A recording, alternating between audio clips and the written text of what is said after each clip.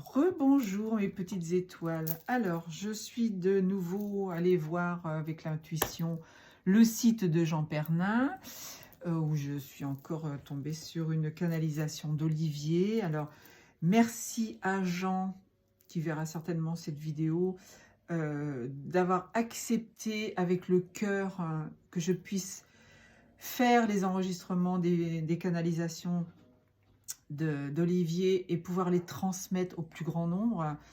Je sais que c'est plus facile de lire, d'écouter une vidéo que de lire un texte. Merci à Olivier pour toutes ces canalisations qu'il fait, pour l'ouverture des consciences de cette humanité complètement endormie, gelée. Donc franchement, vous êtes des amours là-haut. Merci, merci, merci d'être là au quotidien. Et quand je vous dis ça, j'ai tout ce côté-là qui vibre, mais d'une force, vous ne pouvez pas imaginer. Alors,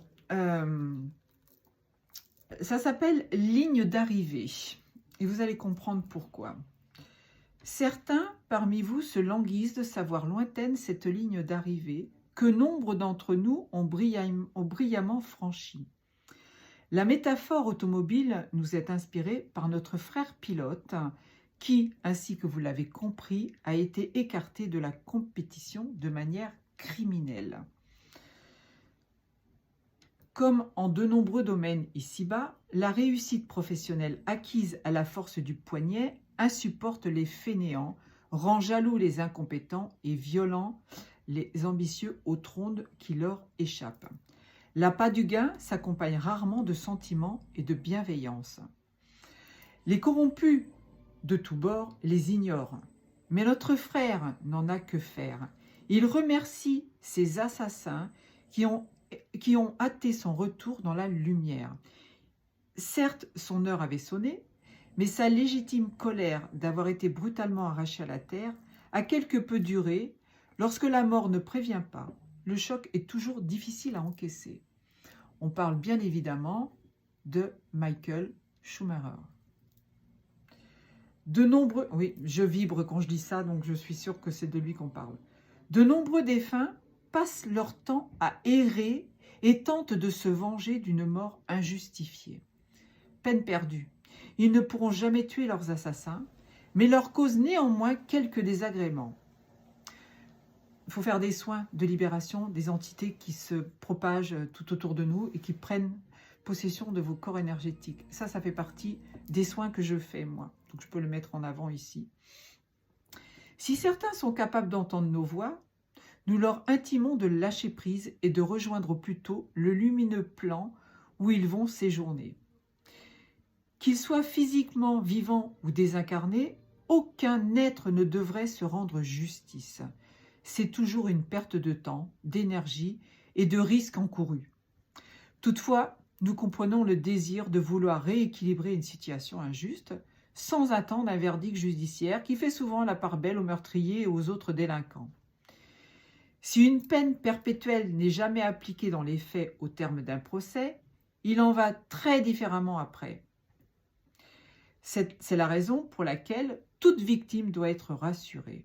Permettez-nous d'insister sur cet aspect des choses. La juste punition est appréciée par le coupable en personne et validée par l'intangible loi céleste que nul n'est en mesure de contester. Si la prison terrestre est souvent une promenade de santé, la geôle de l'esprit hors du corps est un long parcours de souffrance pour les âmes condamnées. Priez pour vos ennemis à proclamer haut et fort le Maître Jésus. Heurtés, incommodés ou scandalisés par de tels propos, peu nombreux sont ceux qui mettent en pratique cette recommandation du Christ. Pourtant, éclairer l'ombre la plus sombre est un service à lui rendre. Un acte d'amour qui sème les graines de l'abandon et du désir de revanche. Prière et pardon sont les clés de la réconciliation.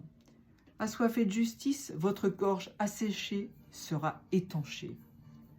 En conséquence, ne doutez jamais des lendemains qui vous enchanteront et avancez sans botte de plomb dans votre évolution. Ainsi que je l'ai souvent dit à ma famille terrestre, le passé ne doit pas se traîner comme l'on traîne un boulet. Si vous ne l'avez pas fait, si vous ne l'avez vous ne l'avez fait, n'oubliez jamais que le malin vous teste. Non, je me suis trompée, excusez-moi. Si vous ne l'avez fait, sectionnez les chaînes que Satan utilise pour vous ligoter. N'oubliez jamais que le malin vous teste. Là, il a essayé quand même de me faire passer une phrase pour que ce que je dis n'ait aucun sens. Alors, sachez que le malin vous teste. Mais il capitulera sans grande résistance si vous le chassez.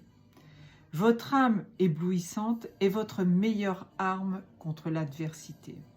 En conclusion, il est vrai que la ligne d'arrivée semble à perte de vue, mais elle peut se présenter à vous dès demain. On peut disparaître comme ça. En conséquence, évitez les ratés, donnez à votre moteur spirituel le carburant qui lui convient et ne lésinez jamais sur les moyens. Tels sont les bons ingrédients d'une victoire assurée, qui sera toujours couronnée de magnifiques lauriers. Voilà, à bon entendeur, on a besoin de réfléchir sur ces mots. Je vous embrasse. Merci Jean, merci Olivier, merci le monde céleste. Je vous aime profondément.